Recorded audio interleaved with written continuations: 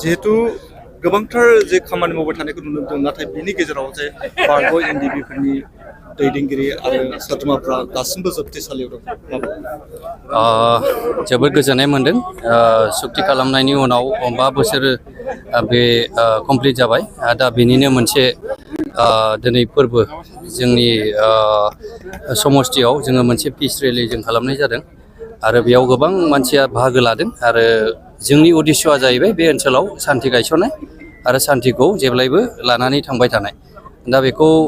जोङो जोबोद गोजोननाय मोनदों आरो रायजो राजाफ्रा बरायदों जि खोथाखौ सोंदों एनडिबिनि जेनोखि केस रिलेटेड थानाय बे खामानिखौ दहायनो चिफ साराबो मोजाङै बुंबाय जों गभर्नमेन्टनिफ्राय नारसिनबाय थानाय जादों आरो बेखौहाय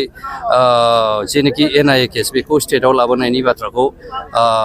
गुवारै आरो गेबेङै बुंलांबाय बेनि सायावनो जों नांनानै दं। माबायदि थासारियाव दं आरो उदां खालामनो हानाया बेसेबां गोब्राब जानानै दं? बेखौ जथेस्थ' नाजाबाय थानाय जादों बेखौहाय समजों लोगोसे जों आसा खालामदों बिथांमोनखौ माने अपेन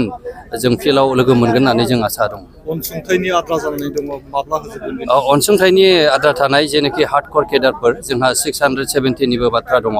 बेखौ अलरेडि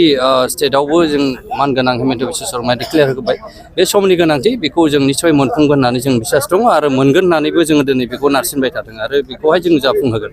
बारग' एनडिबिफोरनि सोद्रोमाफोरखौ पुलिस मिलिटारि आरो आर्मियाव थिसननायनि बाथ्रामोन दिनैसिमबो जाफुंनाय नुनो मोनाखै। निस्सय बेखौथ' बुंदों जे 2%नि बाथ्रा दाख्लैसो जेनोखि एपिबिएन बेवहाय गोबां मानसिया दिनै पास जानानै दं फिजिकेलि बिथांमोना पास जानानै दं आरो बेखौहाय अलरेडि एसबिआइ हेड हिरेननाथ बिथांनि थ्रुयैबो बेखौहाय बिहरनाय जादों निस्सय जों आसा खालामदों जेरैबायदि लिरनाय दङ बेबायदिनो मोनगोन नाथाय मोनसे खोथाया जाहैबाय जोंनि जेनोखि हार्डक'र केडारफोर जायफोरा अरिजिनेलि एनडिबिफोर बिथांमोननि बैसोआ गैला दा बिथांमोननि बे बैसो गैयैनि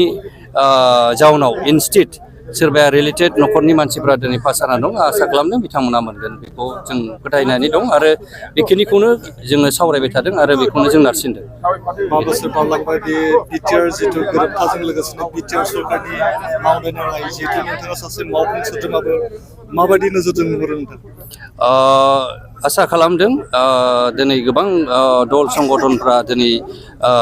जेनोखि दानि सोलिबाय थानाय जोंनि जेनोखि सरकार बेयाव गोबां मदद खालामदों आरो बे मदद खालामनायजोंनो गोबां बिथिङाव गेलेनायनिफ्राय लानानै हारिमुनिफ्राय लानानै सोलोंथाइनि बेलायाव लानानै राजखान्थिनि बेलायाव आरो